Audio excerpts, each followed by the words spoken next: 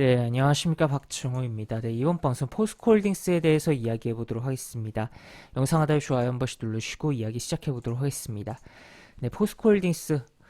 포스코가 이제 물적 분할해서 밑에 자회사로 내려가는 상황 가운데서 상장을 안 시키겠다. 계속적으로 어필을 한 가운데 그렇지만 그래도 뭐 주가는 뭐 대형주들이 전반적으로 지수 영향 받아서 많이 안 좋은 상황이지만 그럼에도 불구하고 많이 떨어져 있는 상황이다라고 볼 수 있겠습니다. 그런 가운데 실적은 굉장히 긍정적으로 나오고 있어요. 그래서 딱 봐도 전망치 대비해서 절반을 이미 해결해 놓은 상황이라는 거. 그렇다면 올해 전망치 대비해서 더 많이 나올 가능성 있다라는 것을 좀 생각을 해볼 수 있겠고, 이 코스피 대형주로 볼 때 중요하게 좀 볼만한 한 포인트가 무엇이냐라고 봤을 때는 이전 영상에서도 좀 이야기를 하긴 했는데 FNF 영상에서도 지수보다 강하냐 아니면은 지수 대비 극단적으로 안 좋으냐 그런 걸 좀 보면서 봐야 되겠고 코스코 홀딩스 같은 경우는 지수보다 강한 건 아니죠 현재 상황에서. 하지만 지수보다 극단적으로 좀 약하다라고 볼 수 있겠고 그만큼 이제 낙폭이 크다. 그렇다면 저가 매수세가 어느 정도 구간을 확보가 되면 저가 매수세가 들어오면서 탄력을 보여줄 가능성도 있다라는 거죠. 그래서 현재 보시면 안 좋았죠. 일단 안 좋았어요. 안 좋아온 가운데서 최소한의 확보, 20일 이동평균선을 확보해준 부분이다라고 볼 수 있겠고, 지수 차트를 좀 볼까요? 지수를 보면은 보시면 코스피 지수를 보면 코스피는 20일 이동평균선 확보하고 꽤 어느 정도 움직임이 나왔죠. 그리고 60일 이동평균선과 이렇게 이 정도 차이가 있는데 현재 포스코 홀딩스는 많이 차이가 있죠. 많이 차이가 있고 확보하고 아직 조금 거리가 20일 이동평균선과의 간격이 코스피보다는 좀 지수보다는 좀 좁다라고 보시면 되겠습니다. 그래서 지수 대비 흐름이 강하진 않다. 하지만 이 낙폭에 이러한 구간에 대한 부분이 있다라는 거. 그래서 그동안 이제 줄줄줄줄 흘러내린 부분에 대한 공간에 대한 갭이라고 표현을 해도 될 것 같은데 그러한 부분에 대한 반등에 대한 부분을 좀 생각을 해볼 수가 있다라고 볼 수 있겠습니다. 그래서 이 종목이 무한정 이렇게 돌려가지고 가기에는 덩치도 있고 좀 어려운 부분들이 많죠. 하지만 그래도 어느 정도의 구간의 흐름은 나와주지 않을까를 기대를 해볼 수가 있겠고 그런 가운데서 오늘 이제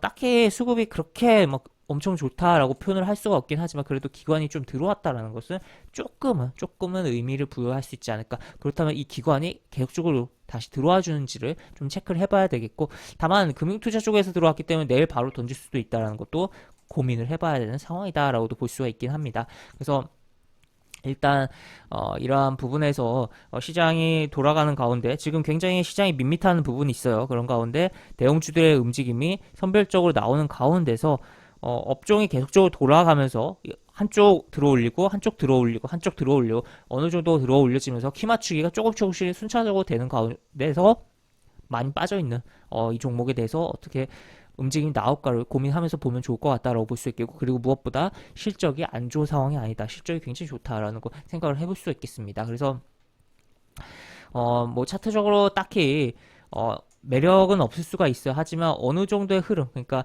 확실히 막 돌려서 나가는 그런 게 아니라 이 공간 내에서 어느 정도의 흐름만 생각을 해보자라는 관점으로 볼 수 있겠고 그리고 만약에 한 요 정도 수준에서 적당히 끝나준다면 현재 월봉으로 봤을 때는 지금 이 음봉이 굉장히 부담이 되는 부분이에요. 이렇게 빠진 부분이기도 한데 이 캔들이 어떻게 보면 십자 캔들 내지 망치 캔들이 될 수가 있습니다. 그렇다면 이 캔들의 저점 내지 꼬리의 뭐 절반 정도를 이탈하지 않는 선에서 흐름이 계속 나오면서 이 음봉을 해결하려고 하는 액션들이 앞으로 몇 달간 진행되지 않을까라는 관점으로 볼 수가 있겠다라고도 보실 수가 있겠고 그리고 최근에 어쨌든 원자재에 대한 부분이 가격이 떨어졌기 때문에 이 우리나라 같은 경우는 원자재를 수입해서 가공을 해서 파는 측면이 있잖아요. 그러다 보니까 완제품만 파는 게 아니라 어쨌든 약간 중간재 느낌이 강한 부분도 있고 하다 보니까 환율 같은 경우도 수출에 분명 도움되지만 또 수입에서 문제가 생기는 부분이 있잖아요. 그런데 어쨌든 원자재에 대한 부분이 조금 안정화되는 부분도 분명히 있기 때문에 그런 측면에서도 이제 그 수입을 해서 들어오고 그 다음에 가공해서 파는 과정 속에서 뭔가 조금 개선되지 않을까에 대해서도 생각을 해볼 수가 있다는 거죠. 그래서 여러 가지 관점을 좀 바라볼 필요성이 있는 상황이다. 다만 그냥 딱 봤을 때는 그렇게 차트적으로 많이 끌리진 않다. 하지만 이런 시장에 대한 그런 부분의 관점에 대해서 좀 생각을 하면서 본다면 코스피 지수 대비 극단적으로 좀 약하다. 그리고 그렇다고 실적이 안 좋은 건 아니다. 라는 관점에서 그렇다면 이쪽에 저가 매수로서 좀 들어오면서 자금이 들어오면서 키 맞추기 식의 업종 간의 그런 흐름 나오는 가운데서 조금 움직임이 나와주지 않을까. 약간 그런 관점으로 좀 바라볼 수 있지 않을까 싶습니다. 그래서 어느 정도 라인은 확보를 하고 보는 게 좋은 그런 상황이다라고 볼 수 있겠고, 뭐 저점 잡은 거 요 최대한 뭐 요 이만큼 볼 수도 있겠고, 그 다음에 뭐 이런 양봉들에 대한 이런 라인들을 하단에 주요 라인으로 깔아놓고선 이 공간에 대한 부분에서의 흐름, 이렇게 흐름을 좀 보는 거 어떨까라고 정리를 해볼 수가 있겠습니다. 네, 이렇게 볼 수가 있겠고, 영상 하단에 보시면 설명과 댓글 부분에 동일한 링크가 들어갑니다.